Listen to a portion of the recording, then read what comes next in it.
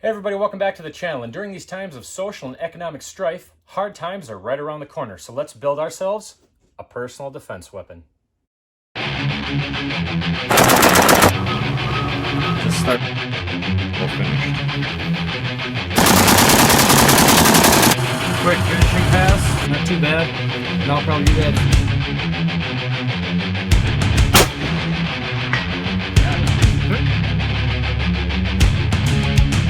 Jeffrey Epstein didn't kill himself. He's safe and far on the range.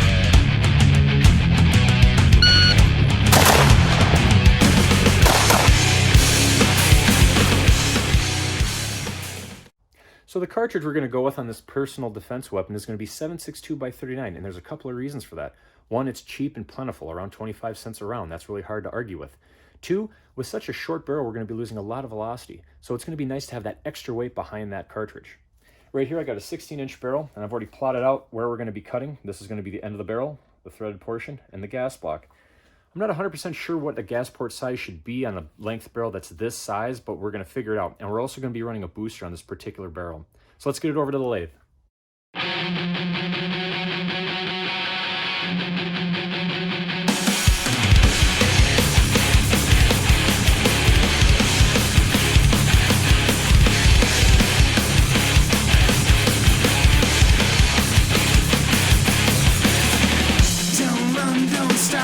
Drop, don't mess, don't tell, don't thrill, don't kill, don't do it!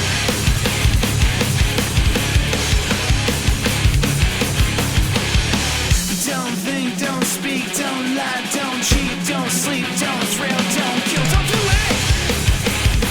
And it's never complete. Looking through me, there's everything between us, but it's complicated, it's all in what you are.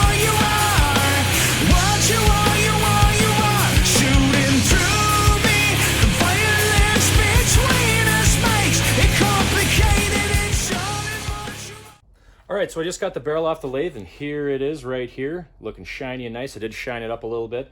We have an 11-degree target crown just on the end right there, and we got 1/2 by 28 threads. Here's the original barrel, so you can kind of see the difference between the original finish and the polished finish, which should bring us to the gas port sizing. Gas port on this barrel is 91 thousandths of an inch, and you can see that the quench time is pretty substantial on this barrel. It's not going to be that substantial on this barrel because our gas port is going to be right about here, which gives us about 1.5 inches of quench time going at, let's say, 2,000 feet per second for this particular round in this particular barrel. So there's different things people can do. You can get a bigger gas port, you can do all sorts of different stuff, but let's look at what other people have done in the past with their rifles. Like, let's say with a imitation Krinken 7.62 by 39. On this particular one, the gas port is 1 inch before the end of the barrel, and this gas port is 155 thousandths of an inch. So a lot bigger than just 91 thousandths of an inch. Now, I don't think I'm going to pop a hole in a barrel quite that big right off the get-go. And the reason being is it's a lot easier to drill up a size in a barrel than to try to mitigate overgas systems. Now, there is ways around that by getting an adjustable gas block, or you can get a heavier recoil spring, or you can get, like, let's say in an AR-15, you can switch out your steel weights and get tungsten weights. There's a lot of different ways you can skin a cat on that one. But for purposes of this, I think I'm just going to start with a 91 thousandths gas port hole. And if we do have problems, we can always take it apart and drill a bigger hole later. So let's take this barrel over to the mill.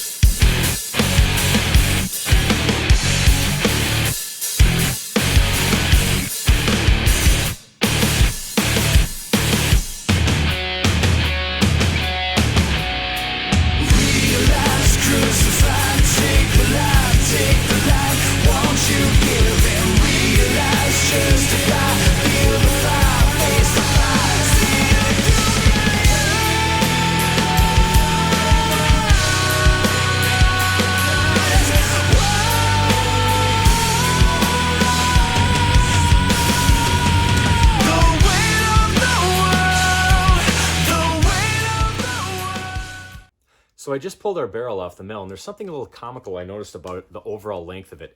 It's actually shorter than the bolt carrier we're going to be using, not even including the bolt. Not only that, but it's actually shorter than the gas tube we're going to be using for this build. Which brings us to our next point. With such a short barrel, we're going to have to build a booster for this. Now, a booster is kind of a collection area for the expanding gases to slow them down and also force more of them to go down the gas tube to help us cycle the action at the proper speed. I'd also like to get a conical end on this booster if I can to try to direct some of those concussive blasts as you're shooting this away from the shooter and put those down range so it's not so deafening to the shooter. So let's head over to the lathe.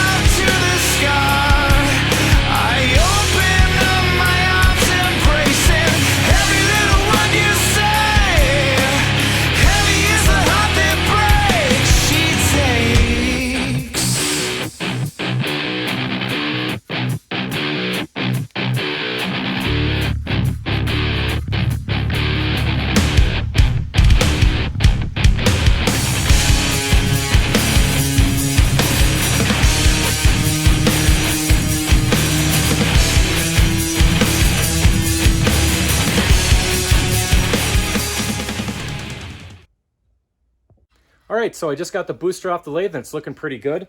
Now let's look at some of the other parts we're going to be using for this build. The handguard will be a very, very slim, very, very light key mod rail.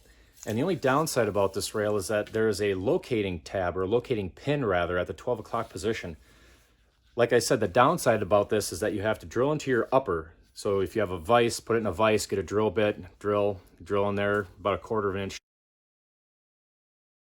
Insert your locating pin. The nice part about it is that once that's in there and you put your handguard on, it ain't going anywhere. It ain't clocking left or right. So let's look at some of the other parts we're doing for this build. So the bolt carrier we're going to be using for this build is a Toolcraft fully nitrided MPI tested bolt carrier group. The upper, as you already saw, is a Anderson manufacturing upper, and it fits amazingly well to the spikes lower we're going to be using for this build. The gas block that you already had a sneak peek of is the Strike Industries enhanced skeletonized low profile gas block, and the gas tube we're using is a pistol length Spikes tactical gas tube. So let's get these parts together for the upper. So if you're watching this video on YouTube, unfortunately, due to their terms of service, they will not allow me to show you how this firearm goes together. So if you're interested in seeing that, there'll be a link in the description to Full 30, where you can see an unedited version of this video. With our upper now complete, now we can move down to the lower, and I'm just going to go over this really quickly to kind of speed up the video. We have an SB3 brace on here connected to a Law Tactical folding stock adapter. We have a Magpul MOE SL grip. The lower parts kit is from CMC Triggers, and the trigger that we currently have in here is a Franklin Armory BFS 3. I did install a ambidextrous charging handle on this, and the sights are Magpul M-Bus polymer flip-up sights. I also blackened the booster on this, and I think it matches the firearm a little bit better now. Anyhow, the astute among you will notice that the Magpul M-Bus sight on the front is installed backwards, and there's good reason for that. I'll explain why. If I'm in a real hurry and trying to deploy these front sights, it's a lot nicer to just have my hand on the foregrip, run it forward, feel the lever, and deploy that front sight, rather than having it on there the proper way with the lever in front of the sight, be having my hand in front and possibly flagging my fingers or hand with the muzzle. So let's get this out to the range and see if that .093 gas port is going to be enough to have this little PDW run efficiently.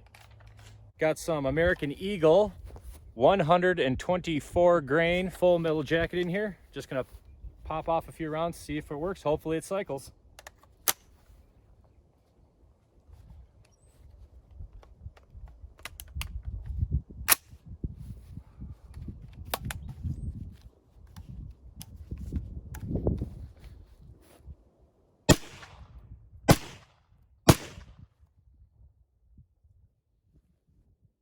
Well, that actually seemed to work pretty well.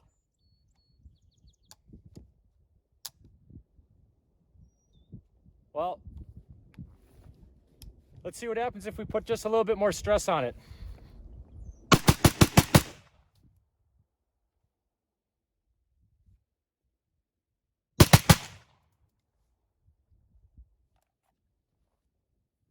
Seemed to work pretty well. Let's try some Wolf hollow points.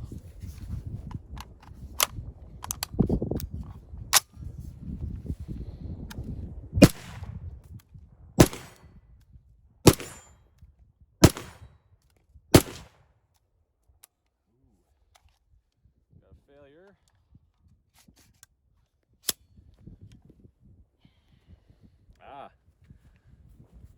Looks like a light primer strike.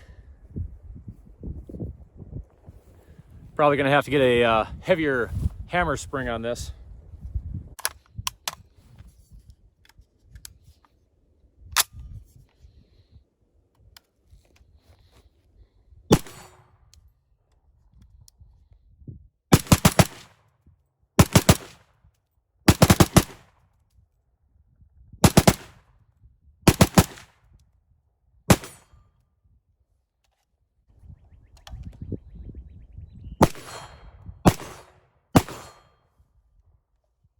All right, so our little PDW ran really well for being something that we just kind of built together, and I appreciate you coming along for the adventure.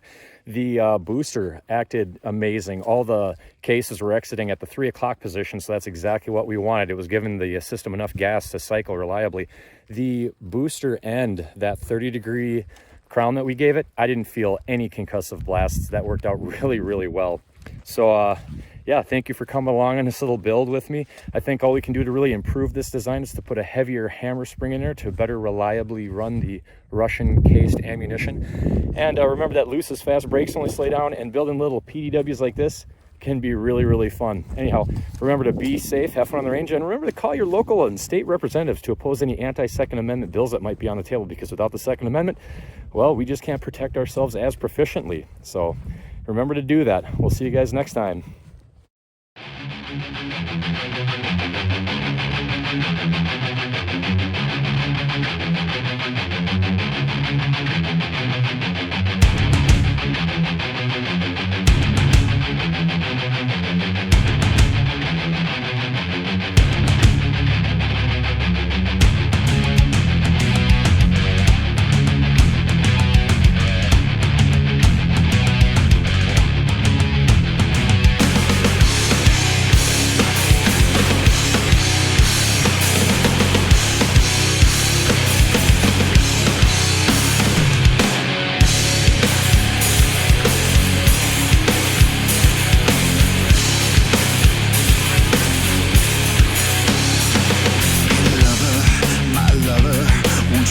Rescue me, I said no other lover does a thing.